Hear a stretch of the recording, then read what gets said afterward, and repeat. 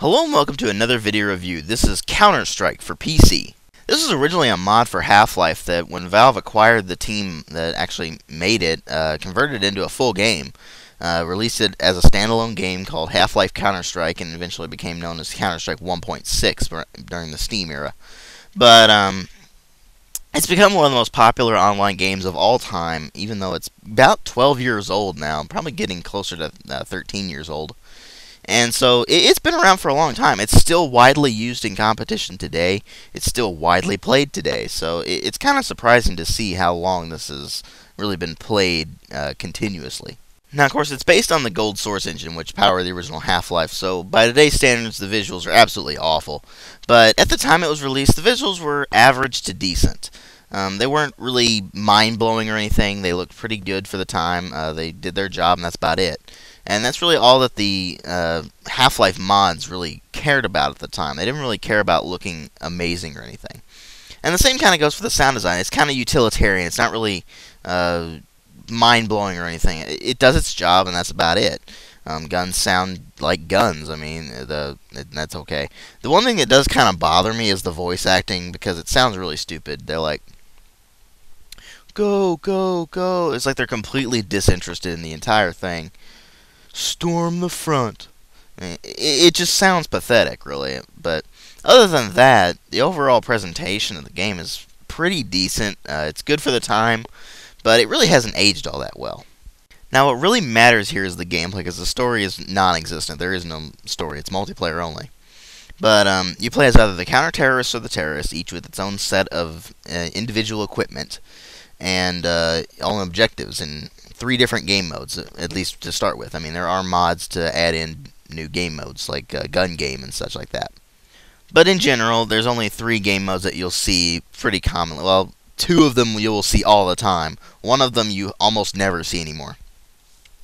The one you almost never see anymore is VIP Escort, where the counter-terrorists actually have to escort the VIP, who is one of their own players, only he's only allowed to have 1 pistol, cannot buy ammo or any of that, and has a suit of armor that is double what you normally get.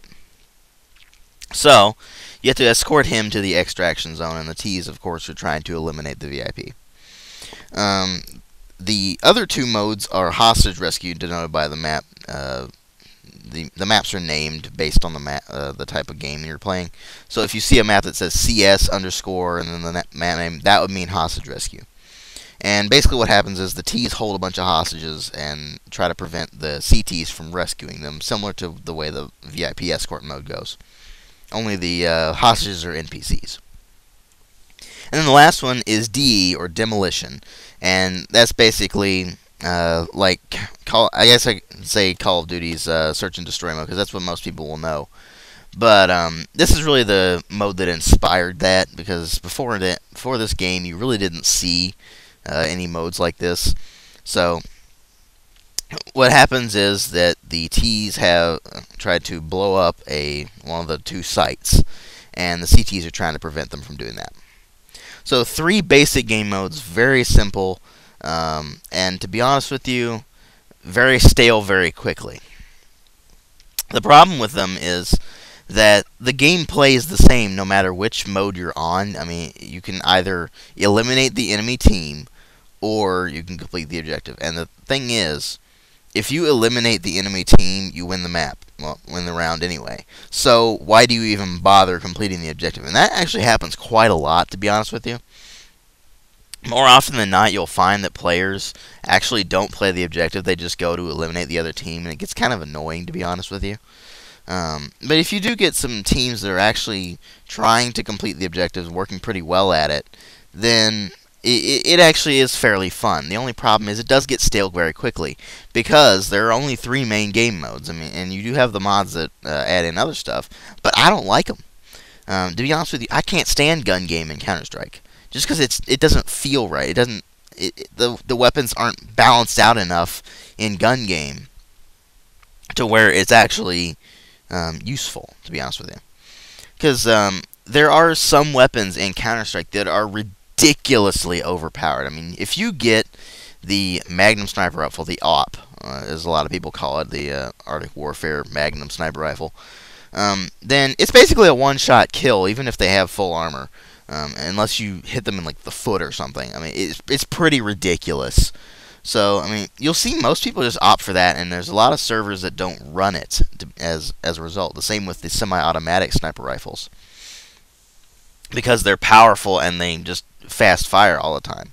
So that's pretty annoying, to be honest with you. So overall, the game itself, it's actually okay. I don't really like it all that much apart from LAN fighting, LAN gaming, because online the community is just it's a mess, to be honest with you. The original CS community it's a mess. There really aren't as many hackers anymore. I mean, I know back in the day it became really infamous for being just full of hackers, full of people using aimbots and wall hacks and everything. And you do still run into that occasionally now, but it's not anywhere near as bad as it used to be. So that is a positive of it aging. The other problem is that it just gets really stale really quickly to me. I mean, I've played a lot of military shooters that have used the same modes from Counter-Strike. And since Counter-Strike is just so simple, I mean, yes, it does have that currency system where you can buy your equipment and you earn currency based on completing objectives and winning the rounds and stuff. But it's still, even though it's still widely played, it's still probably the most played online action game. Maybe not. I think Call of Duty 4 actually took that place. But seriously though, it is still very widely played. You can still pretty much find a full server no matter where you go. So it's still widely played. It's still widely enjoyed. I'm just not a big fan of it, because I did play it in my gaming club back in the day, and we did play it for a long time. I mean, we played it every week and for an hour. So it got really stale really quickly because we just keep playing it over and over again, and it's just like, okay, we really need to do something else, guys. So that was my problem with it. I mean, it just got really stale to me really quickly. I'm sure there's a lot of people out there that will massively disagree with me, and they still play it, even after they've been playing it since 1999, and they've been playing it basically every day. I'm sure there's a lot of people out there who still do that. I mean, it's still used in competition to this day. All the big leagues still use it. I think it's still pretty popular in Korea, too, along with StarCraft, obviously.